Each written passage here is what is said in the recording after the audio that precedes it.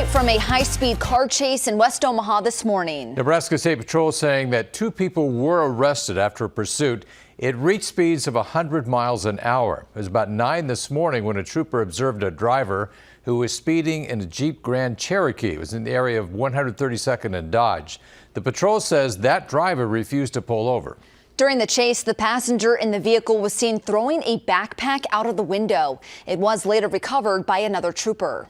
The 5-minute pursuit ended when the driver came to a stop at 156th and Blondo. Both were taken into custody. The driver was arrested for flight to avoid arrest, willful reckless driving, possession of a controlled substance, possession with intent to deliver, and numerous traffic violations. The passenger was arrested for tampering with physical evidence.